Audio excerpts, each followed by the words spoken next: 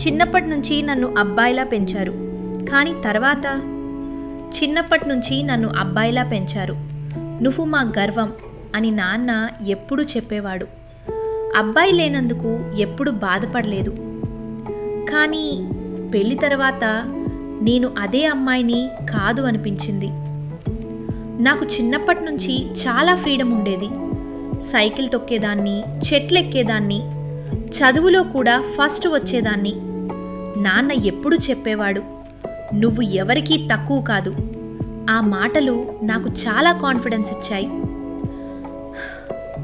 పెళ్ళి అయింది, కొత్త ఇల్లు, కొత్త మనుషులు. మొదట్లో అందరూ బాగానే ఉన్నారు, కానీ మెల్లగా మాటలు మారాయి.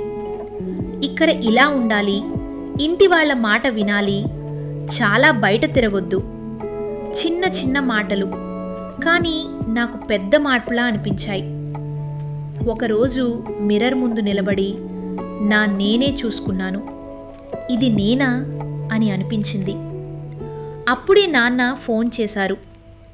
ఎలా ఉన్నావా అమ్మా అని అడిగారు. నేను ఒక్క మాటే అన్నాను, బాగున్నా నాన్న. కానీ నిజంగా బాగోలేదు. ఆడపిల్లను చిన్నప్పటి నుంచి బలంగా పెంచుతారు. కానీ పెళ్లి తర్వాత ఆ బలం చూపిస్తే అందరికీ ఇష్టం ఉండదు. ఆమె మౌనం బలహీనత కాదు, ఆమె పరిస్థితులను అర్థం చేసుకుని మౌనంగా ఉండటం. మీ ఇంట్లో ఉన్న ప్రతి ఆడపిల్లను అర్థం చేసుకోండి. ఆమె కూడా ఒకప్పుడు కళ్ళతో ఉన్న చిన్న అమ్మాయే. ఇలాంటి కథలు మీకు నచ్చితే సబ్స్క్రైబ్ చేయండి.